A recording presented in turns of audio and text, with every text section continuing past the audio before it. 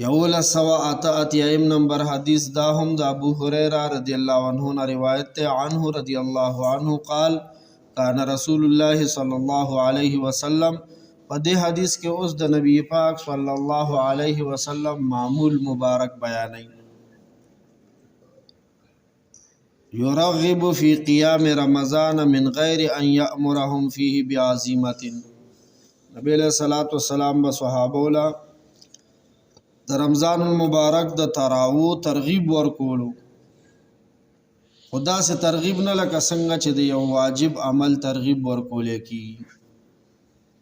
دلته ځان لدا یو خبره ده کامیاب مسلمان هغه دی چې هغه د امر بالمعروف او د نهی عن المنکر کوم دو ذمہ داری دی په هغه صحیح طریقې سره پورا کوي امر بالمعروف اور نهی عن المنکر ټکي مونږ ورو کنه معروف نیکی ته وای او منکر بدی ته وای د نیکی او د بدی په حق لا په مونږ باندې خو پهله ذمہ داری دا چې نیکی به پیژنو بدی به پیژنو نیکی به پیژنو د نیکی د بدی علم به مونږ سره چې دا کار نیکی ده او دا کار بدی ده بیا د نیکی په حق له دو ذمہ داری دا دي چې خپل بم نیکی کوما ایتمار بالمعروف ورته پاره کې وي خپل به نیکی کوما او دویمه ذمہ داری د نیکی په حق له ماته دا چې بل ته به نیکی مخته کوم نیکی به ورته خخ کارا کوم امر بالمعروف ورته وي په عربی کې دغه شان د بده د پیجنګلو نه بعد ما باندې دو ذمہ داری دي د مسلمان په حیثیت باندې یو ته انتها عن المنکر وای په خپل د ګناه نه ځان را منې کول او بل ته ویل کېږي نهی عن المنکر بل د بدی نه منې کول بیا د دې معروف خپل درجې دي معروف نیکی یو فرض عین نو فرض عین تبا فرض عین په خپلم د فرض عین په مرتبه کې کومه او فرض عین ته خلق هم د فرض عین په مرتبه کې را بلم او بل دی فرض کفایه نو فرض کفایه په خپل هم د فرض کفایه په مرتبه کې کوم او خلق بم ورته د فرض کفایه په مرتبه کې را بلم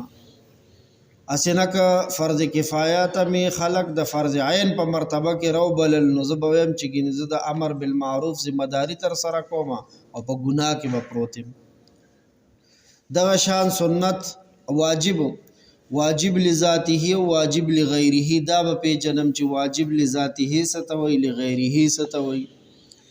واجب لذاته وکومم د واجب لذاته په مرتبه کې او خلق په ورته واجب لذاته په مرتبه کې را بلم واجب لغیره وکومم د واجب لغیره په مرتبه کې او خلق په ورته د واجب لغیره په مرتبه کې را بلم اسنه چې واجب لذاته ته خلق دا سره بلم لکه سړی چې فرض عین ته خلق را بلی زه به ویم چې ګینه زه ثواب کوم الټه به مانه ګناه لګیا دی کی دا ضروری خبرې دي د امر بالمعروف او د نهی عن المنکر د ذمہ دارو په حواله باندې دغه شانت بیا سنت آکد سنت مؤکد او سنت غیر مؤکد درې قسم دي د سنتونو نو خپل بم آکد د آکد په مرتبه کې کوم او خلق بم ورته د آکد په مرتبه کې را بل مؤکد بم د مؤکد په مرتبه کې کوم او د مؤکد په مرتبه کې ورته خلق متوجه کوم او غیر مؤکد بم د غیر مؤکد په مرتبه کې کوم او د غیر مؤکد په مرتبه کې ورته خلق را بلم که مرتبه ملګي سکی بدل روس وړاندې رستو کې کنه نو زما به دا خیال چې ګینه زه غټ تبلیغی ما غټ داعی ما اول ته برانه بل شي جوړي د دې په جنګلو ډېر ضروری ده مو چې کینو دا خبره کو کنه چې د 24 غنټې علم ضروری دی هغه دا خبرې یادي دا پکې شامل دا شان دي مستحب او پیجنو مباح او پیجنو بیا مکروه تنزیهی مکروه تحریمی حرام بدعت او بیا په خپل مرتبه کې هغه شان د هغې ذمہ داری تر سره نو نبی علیہ الصلوۃ والسلام د رمضان د تراوو ته خلکو له ترغیب ورکړی دی خو په کومه مرتبه کې خلکو له ترغیب ورکړی دی د واجب په مرتبه کې نه د سنت مؤکد په مرتبه د سنت فیقول نبی علیہ السلام به فرمایل من قام رمضان ایمانا و احتسابا چا چې د رمضان مبارک تراویو کې ایمان او د ثواب په نیت باندې غفر له ما تقدم من ذنبه مخکینی ټول ګناهونه ورته معاف شو نبی علیہ الصلوۃ والسلام په خپل مبارک دور کې 6 رکعات تراوی درې شپې کړي دي او چې کله د خلکو ذوق شوق وکړو نو نبی علیہ الصلوۃ والسلام په امت باندې د شفقت په تور باندې کدا داسې ذوق شوق سره شي نو دا خو بیا فرض کیږي نو د فرضیت د خوف او د ویرې د وجې نه په امت باندې مهرباني کړې ده بیا یې جمع سره نه دي کړي حضرت عمر رضی الله عنه دور چرالو نو په هغې په دور کې خو بیا د فرضیت خطره ختمه شوه